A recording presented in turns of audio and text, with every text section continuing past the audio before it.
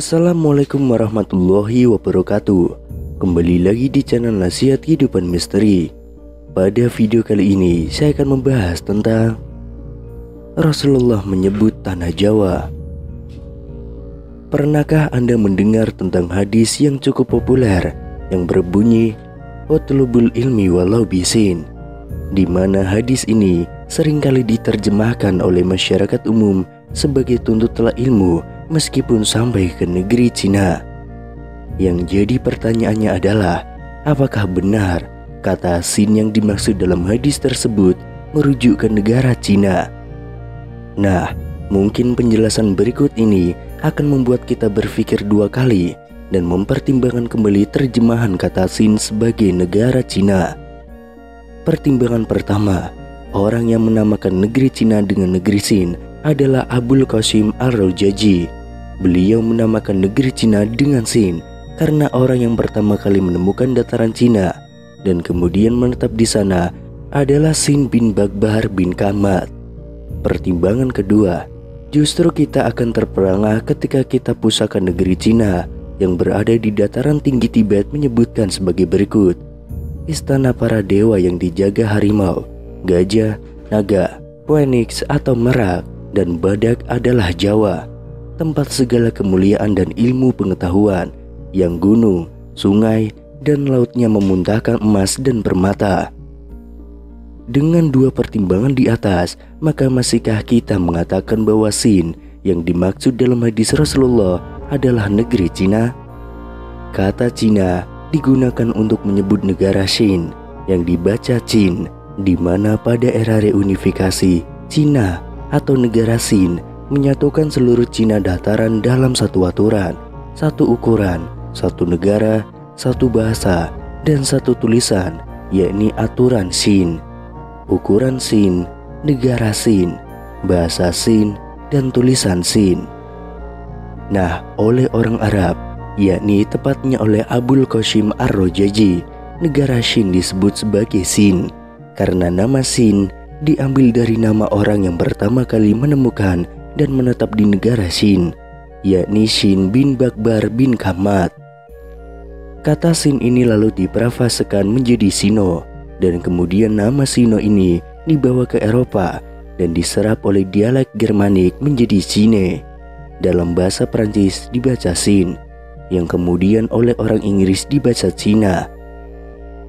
Nah, inilah alasan orang Cina tidak mau disebut Cina tanpa huruf H, karena artinya adalah orang yang sakit. Tapi mereka tidak akan keberatan jika dipanggil China atau Chinese, yang maknanya merujuk kepada negara Xin. Kemudian bedakan pula antara kata Sin yang merujuk pada nama tempat dengan kata Xin yang merujuk pada nama bangsa. Sebagai nama bangsa, kata Sin merujuk pada keturunan Sin bin Mahmud bin Yafits bin Nuh yang menurunkan rumpun bahasa Mongol yang mencakup bangsa Cina, Korea, dan juga Jepang.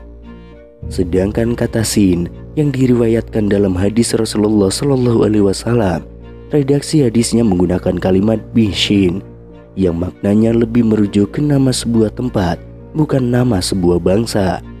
Karena dalam kaidah tata bahasa Arab, yakni kaidah nahwu wasaf wa balagda, orang Arab tidak menggunakan kata fi untuk merujuk sebuah tempat, melainkan menggunakan kata bi. Sebagai contoh, dapat kita lihat pada Quran Surat Ali Imran ayat 96, di mana kata Bakah dalam ayat tersebut menggunakan redaksi bibaka, yang maknanya merujuk ke nama sebuah tempat, yaitu Bakah. Sehingga kesimpulannya adalah bahwa hadis yang berbunyi Utlubul ilmi walau bisin seharusnya lebih tepat jika dimaknai sebagai tuntutlah ilmu meskipun harus sampai ke negeri Sin di Pulau Jawa. Dan tingginya peradaban di Pulau Jawa terekam dalam catatan Frater Odoric, orang Eropa pertama yang mengunjungi Pulau Jawa ketika bertamu ke Istana Majapahit pada tahun 1322 Masehi sebagai berikut. Terdapat sebuah pulau besar, Jawa namanya. Raja pulau ini memiliki sebuah istana yang sangat mengagumkan. Karena sangat besar, undak-undaknya pun besar, luas, dan tinggi. dan anak-anak tangganya diselang-seling emas dan perak. Demikian pula trotoar istana memiliki 1 ubin emas dan 1 perak. Dan dinding di dalam berlapis emas, di luarnya terukir kesatria-kesatria emas dengan kepala yang dikelilingi lingkaran-lingkaran emas, seperti yang terdapat di kepala orang-orang kudus, dan semua lingkaran ini ditaburi oleh permata. Selain itu, langit-langit istana terbuat dari emas murni, dan singkatnya, tempat ini lebih kaya dan lebih mewah daripada tempat manapun di dunia saat ini. Pada kisaran abad ke-7, dunia sedang melalui salah satu masa kelamnya. Di benua Eropa, pada saat itu sedang mengalami era Dark Age atau masa kelam. Kerajaan Romawi yang dominan memiliki sifat ekspansif disertai militernya yang terkenal tangguh sedang mengalami turbulensi, diakibatkan oleh korupnya pemerintahan dan tersandranya oleh pemberontakan domestik. Di belahan bumi lainnya, yakni benua Amerika, suku-suku Indian juga saling bersaing menghancurkan sesamanya demi dapat diakui eksistensinya.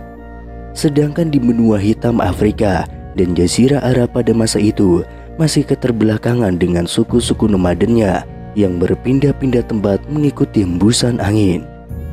Jauh di sudut selatan bumi, yaitu benua Australia, dihuni oleh suku asli aborigin yang berbudaya primitif. Di Asia kita langsung saja ke Cina. Tidak perlu disangsikan lagi bagaimana pada tempo itu sedang berkecamuk perang saudara besar-besaran di antara 5 dinasti, yaitu dinasti Sui, dinasti Chen, dinasti Jian, dinasti Jin, dan dinasti Tang, yang telah memporak-porandakan seluruh dimensi dalam aspek kehidupan bermasyarakatnya. Jadi, adakah sekiranya yang patut dijadikan contoh suri tauladan di antara di atas? Sin dalam Sanskerta kuno memiliki arti negeri berperadaban maju. Kata Sin di sini bukanlah Cina, tetapi Timur Hindia, Indonesia atau Jawa. Hadis ini disabdakan oleh Nabi Muhammad SAW pada masa kenabian beliau, di mana kondisi di muka bumi ini sedang dikonsumsi oleh demoralisasi secara masif yang bersifat jahiliyah atau kebodohan, yang dapat berakhir pada kemunduran bahkan kehancuran peradaban manusia itu sendiri.